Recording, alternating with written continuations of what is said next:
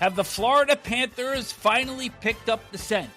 This is NHL Wraparound Short Shifts for Monday, December 8th, 2025. Vic Morren, Neil Smith, and we're going to jump right in here because there's so much to unpack with the Florida Panthers this weekend. After going 0-3-1 on the first 4 games of their 6-game homestand, they managed to win back-to-back games, Saturday and Sunday, very different ways, which kind of speaks to the fact that this team can beat you wide open or they can beat you tight checking. It was a wild one that they played with Columbus Blue Jackets, 13 goals in all. They came back from 1, 2, 3 goals down at one point and then won that game. I got to tell you, Brad Marchand is such a fun guy to watch on that team.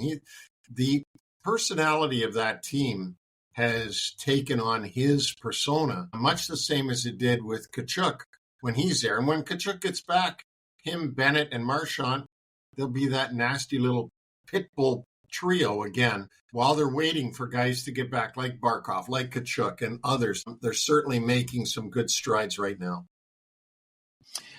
They're still in wild card 7, 4 out of wild card position as we speak, entering Monday. So to recap the weekend, on Saturday, as you'd mentioned, a 7-6 overtime win over Columbus, 13 goals in total, after trailing 4-1 and 6-4. And they had a 4-1 win over the Islanders on Sunday, in which they hold the Isles to only 3 shots in the third period. So that kind of underscores how they can beat you still any which way. It's going to be a matter of how consistently they can do that as they set off on a 4-game road trip, which will take them to Utah, Colorado, Dallas, and Tampa. Now, let's go back and unpack the weekend a little bit. First of all, Eetu Luostarinen, the first one back for the Panthers. He'd missed 8 games with that barbecue accident. And I think from now on, he should let you do the cooking, because if anybody has not seen Smith at the barbecue, the guy is a magician. A grill master, they say. No, but it's because I live in the South and I can barbecue all year round. Nobody marinates like you either. But we digress, because in addition to Luostarinen, the hand pass issue came up all over again. You'll remember last week we had the issue in Tampa with Brandon Hagel kind of defending himself on a clear up the boards. His hands came up, but it fell onto the stick of Jake Gensel, who fed Nikita Kucherov, who apparently tied the game with 55 seconds left until it was weighed off.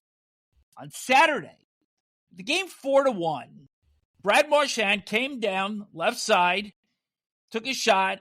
The puck deflected, and he put his hands up, and the puck tipped his glove, bounced behind him, was picked up by Sam Bennett, and that led to the goal that eventually made the score 4-2. Dean Evison was apoplectic about the ruling. And then on the tying goal that made the score 6-6, Anton Lundell actually caught the puck after it was deflected by goaltender Elvis Merzlikins, and then he actually made a move around Igor Chinnikov with the puck in his glove before taking the shot that eventually tied the game. So there's a mess here in regards to handling the puck, hand passes. Where do you sit on this right now? Well, I come from the old days, and a hand pass was exactly what the words say, a hand pass, not a hand deflection, not a hand knockdown. If you get an advantage by batting the puck to your teammate, that's a hand pass. In fact, I remember the days when a guy knocked the puck down and then he had to be the first one to touch it again so that no whistle went. And that's the way that it should be. It shouldn't be it deflected off the finger of your glove. You didn't even know it hit you and it went to your teammate and therefore was ruled a hand pass. So the way Rule 79-1 is written is if, in the opinion of the on-ice officials, the puck has been deflected off a player's hand and no advantage has been gained by the team, it will not constitute a violation for the purpose of this rule. In the case of Tampa last week. The puck did deflect to Gensel, and that was an advantage coming off of Hagel's hand. But the play on Saturday, I could not see an advantage that was gained by the Panthers. But again, this is where this all gets muddled. And I'm starting to wonder, should this become a little bit more specific to the kicking rule where it says a distinct kicking motion, i.e., if your foot is a pendulum, that is the kicking motion? Should it be similar with the hand pass where if a puck is intentionally propelled forward to a teammate, that maybe the rule should be rewritten that way? Yeah, it should be, because it's plain English, hand pass. And that means you pass the puck with your hand. It doesn't mean you batted it down and your team was the first one to touch it. It means you batted it to a teammate. Now, if you bat it up in the air way down the ice and your team's the first one to get to it, maybe that should constitute a hand pass because there was such a clear advantage. But I think they've overblown this rule. And then, of course, now it goes to video review, which is absurd, because now we got to wait to see whether or not the referee can figure out whether this was a hand pass based on video rather than based upon their own eyewitnessing of the play. And that takes even more time and slows everything down. I guess video is out of the barn now and we're not going to be able to put it back in. But to some degree, it is ruining the tempo of the game. As Steve Simmons said in his column on Sunday, it's supposed to make the game better, not worse. And this is clearly, with all these delays, not for the betterment of the game. No, it's not. Hockey, the thing that's great about hockey is continuous action, up and down the ice, speed, skill, and it never stops. Now it stops for shovelers to come out on the ice and shovel while a TV commercial's on. That happens 3 times a period. Then you throw into it every goal. The coach is looking to see if there's a way to dispute it. Then you've got these other hand pass issues and on and on and on, and the puck going over the glass and so on and so forth. It is not the continuous action that we grew to love. Let's bring it back on the ice, because for Columbus, who as of this morning, they are sitting in wildcard 6 position in the Eastern Conference. And again, more trouble holding on to leads. They have blown 9 third-period leads this year. They haven't lost every game. They've still gotten points in some of these. But this is an area that, as we discussed on Friday, if Columbus doesn't clean this up, they're not going to be a playoff team this year. This is the opposite of the Colorado Avalanche and the Dallas Stars, who lead the league in third periods. And Columbus is not going to be a playoff team if they can't hold leads. They're just not going to be. And there's too many teams that are going to be fighting for that spot, including the team we just mentioned, the Florida Panthers, who you wouldn't think would be in that bubble situation. But because of injuries and bad luck, they very well might be in with that bubble group. Another team that a lot of us had favored not only to maybe win the Metropolitan Division, but perhaps get to the Stanley Cup Final, the New Jersey Devils now lost 5 straight, all in regulation. As of now, Tom Fitzgerald hasn't made any moves, although there are some rumblings. It was mentioned by Elliot Friedman on Saturday night that the Devils may be actively seeking to upgrade, and the name that keeps coming up is Quinn Hughes, who is in the 5th of a 6-year deal with the Vancouver Canucks, and obviously the impetus for that is because Jack and Luke are playing in New Jersey.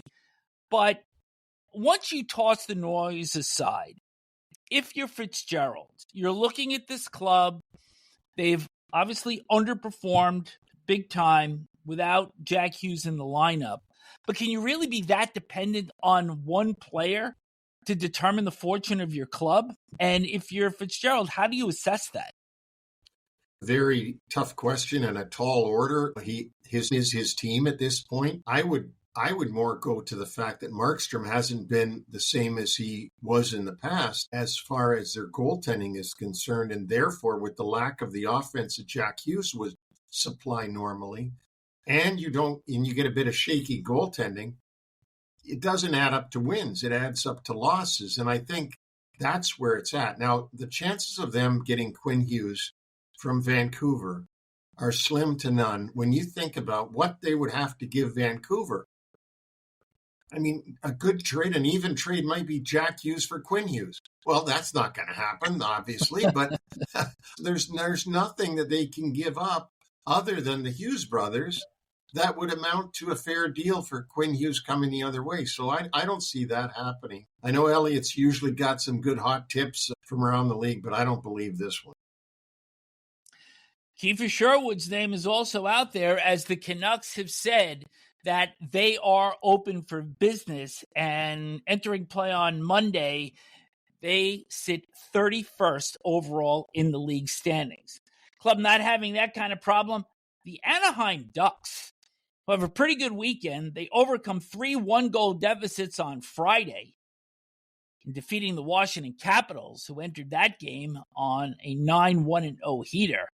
And then on Sunday, destroyed the Chicago Blackhawks 7-1. They outshot the Hawks 53-20 in that game, 44-13 over the first 2 periods. How do you give up 44 shots in 40 minutes? And 87-34 in attempts. Player to look at now, Beckett Seneca leads all rookies in goals with 9, points with 24. He's a +8. And I think in the first month or so of the season, everybody was ready to anoint Matthew Schaefer of Rookie of the Year. But Seneca just adds to this impressive list of young players on the Anaheim Ducks. And we include Leo Carlson and Mason McTavish and Troy Terry and Cutter Gauthier. And I mean, they just keep bringing them here. And Beckett Seneca was a 3rd overall in 2024 and is hugely impressive. I mean, was lights out yesterday against the Blackhawks. And so he could be giving Schaefer a run for his money. Schaefer in New York with the Islanders is a terrific player, having a terrific season, albeit not on as good a team as Seneca is on with the Ducks. The Ducks are having a better year to this point than the Islanders, and I think they might be a more formidable team. However, Seneca is extremely impressive, and if his numbers keep growing, it's going to be a good race between Schaefer and Seneca. The Hawks wrapped up a 4-game road trip. I was reading TSN's website this morning, and they said, "Weary Hawks fall." Well, let's put this in perspective. They weren't exactly going through the meat grinder on this one, because they started their trip in Vegas and lost in a shootout there in Carter Hart's debut. And then they go to Los Angeles for back-to-back games, actually winning the first one before getting wiped out 6-0. And then they take a bus down to Anaheim where they get wiped out. So this is a pretty good test here to see where Jeff Blashill's club is, because they've been so impressive to this point, turning the corner a bit, and then you get smoked on consecutive nights before you go home. That's not very good. No, but it's going to be the problems that Jeff Blashill and his young team are going to have right during the season while they develop into a more formidable team. They're going to have these up and down play during the season. They're not ready to take that step into the playoffs yet, in my opinion, but they are a lot better than they were last year. We had talked about the Edmonton Oilers on Friday with that impressive 9-4 win over Seattle. And on Saturday, they followed that up with a 6-2 win over Winnipeg, who had beaten Buffalo night before to get off their snot a little bit. This game was 4-0 really quickly. And the thing that struck me was that the Sportsnet cameras kept going to Thomas Milic, the backup goaltender for Winnipeg, sitting on the bench, almost looking like, please, Scott, meaning Scott O'Neill, don't put me in there, because the Oilers were rolling in that first 20 minutes.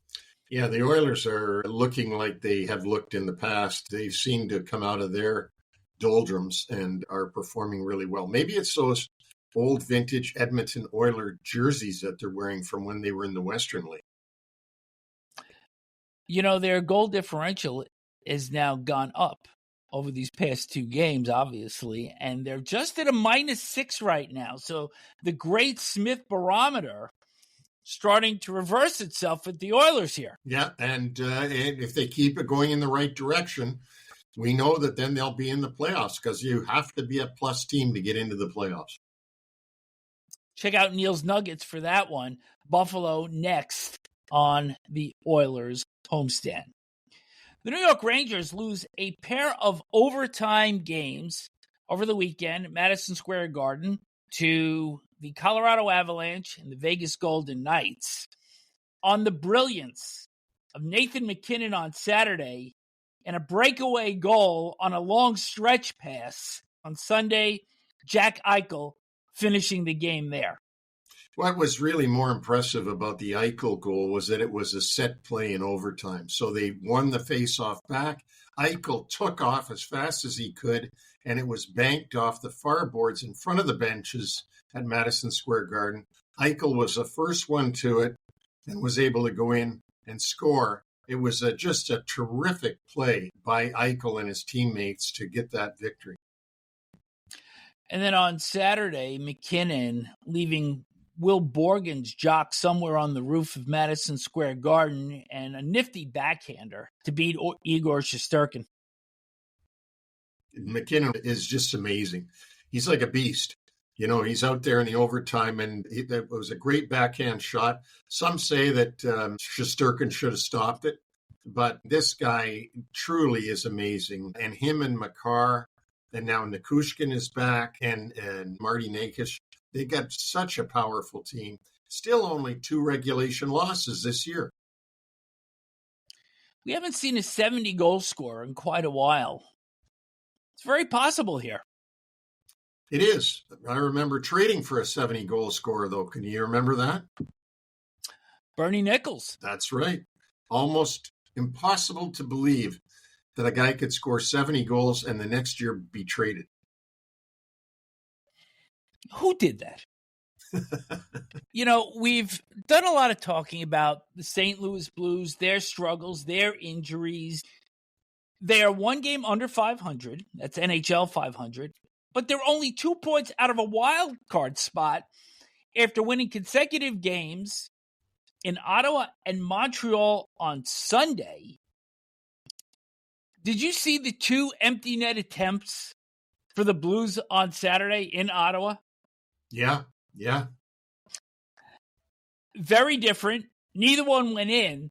Robert Thomas with Linus Ullmark, the Ottawa goaltender, starting to leave for an extra attacker, reverse course. Thomas took a shot, and probably the save of the night was Ullmark diving to deflect the puck away.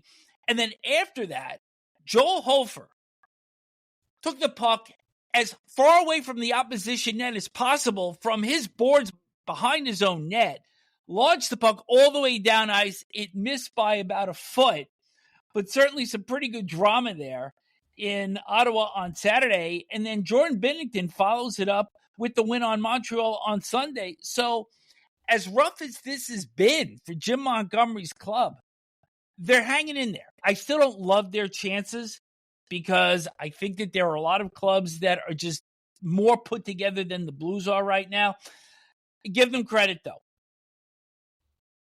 I was stunned by the fact that the Blues could beat the Canadiens. Both of them had played the night before, and the Blues coming out of Ottawa. Montreal had played the Leafs. I thought for sure this was 2 points for Montreal, but it wasn't meant to be, and the Blues just hung in there. And this is one thing about Jim Montgomery's teams. They hang in there with you. They keep battling. More on that when we talk about Smith's picks later on. Do we have a goaltending controversy in Carolina right now? And is Brandon Bussey the best goaltender in the Canes organization? He beat Nashville on Saturday. His record now 8-1-0, 2.21 goals against average, .903 save percentage. Pyotr Kochetkov was in goal for the 4-1 loss against San Jose on Sunday, in which Macklin Celebrini had a goal and 2 assists. Nowhere to be found, Freddie Anderson, who's got a 3.15 an .875 save percentage. And I have said this for as long as we have been doing this, that as long as Freddie Andersen is your number one, you're not winning. You're just not. Good goaltender, not great in the playoffs, had his opportunity to make his mark when he was in Toronto, wasn't able to do it there, hasn't been able to do it in Carolina. And as I've said, until you show different, you are who you are.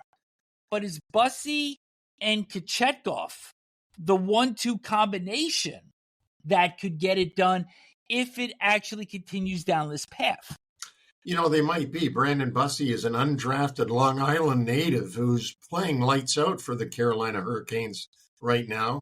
Maybe him and Kochetkov can be the duo. They'd have to obviously do something with Freddie Andersen, maybe move him on or who knows what.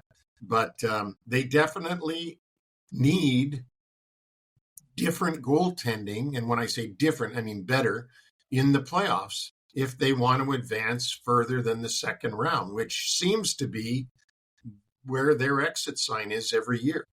Want to talk penalty shots? Yeah, let's do that. 8 total penalty shots, the 25-26 season.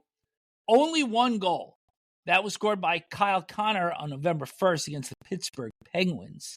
On Sunday, Trevor Zegras had his second of the season early in the third period with the Flyers trailing the Avs 3-2. He was stopped by Mackenzie Blackwood, so the game ended 3-2. It's just interesting that Zegras has failed on both of his penalty shot opportunities this year when he is 68% on shootouts, and that is best all time among all shooters that have had a minimum of 20 attempts. Yeah, and Zegras is lights out on the shootout. I mean, there's no doubt. When I was watching that game and I saw that Zegras had this penalty shot, that would have tied the game at that point. And I was really surprised that he wasn't able to score because we're so used to him scoring in the shootout. What do you think is different, though, maybe from a goaltender's perspective, in that Zegras tried the same move? Started out slowly. I went to pour myself a drink. He was still on his way to the net when I got back into the room. And then he doesn't score. You know what? Maybe the goaltenders are studying these players, and maybe Blackwood expected that, and Zegras wasn't able to do it.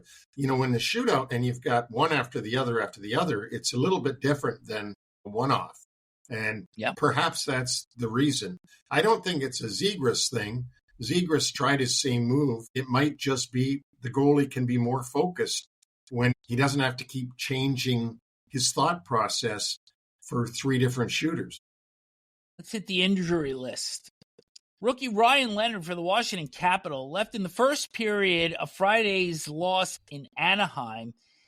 He was blindsided by Jacob Trouba. Now, this penalty was initially called a major, and then it was rescinded to no penalty, and Jacob Chychrun wound up receiving a roughing minor for retaliating against Trouba. How did you see this hit? We all know that Jacob Trouba is excellent lining people up.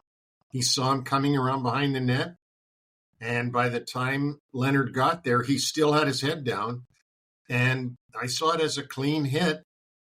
But unfortunately, they caught Leonard very high and, really hurt him. I don't like to see a guy get hurt even on a clean hit. But do I think that Jacob Trouba did anything wrong? No, I really don't. And with the retaliation going just to Chychrun, that was interpreted, that rule, I think the way that we want it seen. That if you retaliate, the person that delivers the hit, if it's deemed clean, should not be penalized, and Trouba wasn't in this case. No, and he shouldn't be. If they deem it a clean hit and somebody comes in to try to rough him up and start swinging at him, I think that guy should get the penalty and not the guy who threw the clean shot. Just want to give a note on Chychrun. He scored his 11th goal against Columbus on Sunday. That's a hell of a start. 11 goals for a defenseman, and we're in first third of December. And the other thing about Chychrun is he's one of the guys last year that had the career year. that was just lights out for the Washington Capitals and kept them in that President's Trophy race all year. So he is not slowed down from how he played for the Caps a year ago. Let's move on to more injuries. Shane Pinto of the Ottawa Senators did not play Saturday against St. Louis with a lower body injury, suffered on a hit by Mika Zibanejad of the Rangers last Thursday. He'll be out a minimum of 2 weeks. Joseph Woll was out on Saturday against the Montreal Canadiens. Craig Berube is optimistic he'll only miss 3 games with a possible return on Saturday against the Edmonton Oilers. And you remember, Neil, we mentioned Ozzie Wiesblatt scoring his first NHL goal last week for Nashville. Yep. Out 8 to 10 weeks with an upper body injury. And when you consider everything that it took for him to make the NHL level, growing up with deaf parents, raised primarily by his mom, was so happy to see him get his first goal. And now he's out for at least 2 months. Yeah, that's too bad. But at least he got the goal before he went down.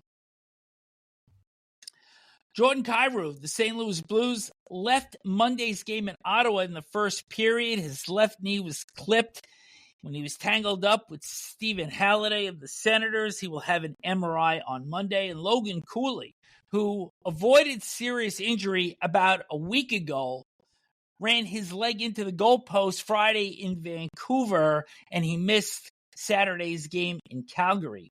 Elias Pettersson for the Canucks did not play in the win over Minnesota, took the warm-up, did not play. Also, Evgeny Malkin missed Sunday's game for the Penguins in Dallas with an undisclosed injury, but the Penguins did activate forwards Noel Acciari and Justin Brazeau, who had both been on IR since November 4th. And for the Tampa Bay Lightning, Captain Victor Hedman returned after missing 12 games with an upper body injury. Andrei Vasilevsky and Nikita Kucherov both missed that game against the New York Islanders with undisclosed injuries. You notice this is becoming a new thing here, that you used to get detail with injuries, then it became upper and lower body, and now a lot of teams starting to go with the undisclosed. Edmonton, I think we saw it earlier in the season, and now we see this with Tampa. I don't know what the gimmick is here, because I don't know that if they say that it's an upper body, lower body, side body, right, left, up, down, what that's going to do. What advantage does that give their opponent, do they think? I don't understand it. Why not just say, this is what it is? And when he comes back, he comes back. But it's like, they got to do all this hocus pocus all the time. I just don't get it. And on Monday, it was announced that Vasilevsky is now on IR with that undisclosed injury. I want to go back to that Pittsburgh-Minnesota game, because for the Dallas Stars, Matt Duchene returned to the lineup after missing 24 games with an upper body injury, and defenseman Niels Lundqvist came back after missing 25 games with a lower body injury. And finally, forward Mikael Granlund of the Anaheim Ducks returned to their lineup Friday against Washington after missing 10 games with a lower body injury. So there's some more detail for you. Any updates? Yeah, let me give you a couple of things. David Pastrnak practiced today and felt good. He expects to play at some point this week, so that's good news for the Bruins. Cam York, the defenseman for the Flyers, is not on the ice for practice, but Rasmus Ristolainen is on the ice for practice, so that's good and bad news for the Philadelphia Flyers. And the Toronto Maple Leafs have Nicholas Robertson missing tonight's game. Scott Lawton is expected to play. Philip Myers will also not be playing today for the Maple Leafs. And Lawton on a little bit of a heater, having scored goals in 3 consecutive games for Toronto. One thing to put on your calendar, Monday and Tuesday, the NHL Board of Governors meeting in Colorado Springs, and the Olympic concerns with the rinks and the ice will be top of mind on their agenda. And it's sort of hilarious, isn't it, that they haven't got this rink ready yet? When the Olympics are right around the corner. Bill Daley said that they will not be going if the arena isn't ready, but I can't imagine what they'll do. If the arena's not ready, they're going to have to just sit it out and come back when they're going to come back. They can't go and reschedule games now. It's not possible. It would be an enormous embarrassment to both the IIHF and the IOC if NHL players do not go and the hockey competition is either compromised or goes away completely. Yeah, it would be. And it's close to being that, because it's amazing that building is not ready. Games that I'm looking at over the next couple of days before we speak with you again. Monday, Tampa Bay at Toronto. And the Lightning, after that sustained hot streak, have lost 3 in a row. And Toronto still trying to push their way back up into wild card position. And LA at Utah, which I think is a game in the West that the more I see Utah, the more I'm just intrigued by them to see if they could finally get themselves back in the playoffs. The Kings, of course, coming off that big 6-0 win over the Chicago Blackhawks on Saturday. Yeah, but the LA Kings at Utah, here's my prediction for this one. LA will win this game. Utah, first game home from a road trip, third game in 4 nights. LA comes in there on a regular play one, miss one, play one, miss one. I think the LA Kings are gonna do well tonight in Utah. And on Tuesday, Jersey at Ottawa. We've documented both teams already. Let's see if the Devils can snap their 5-game losing streak.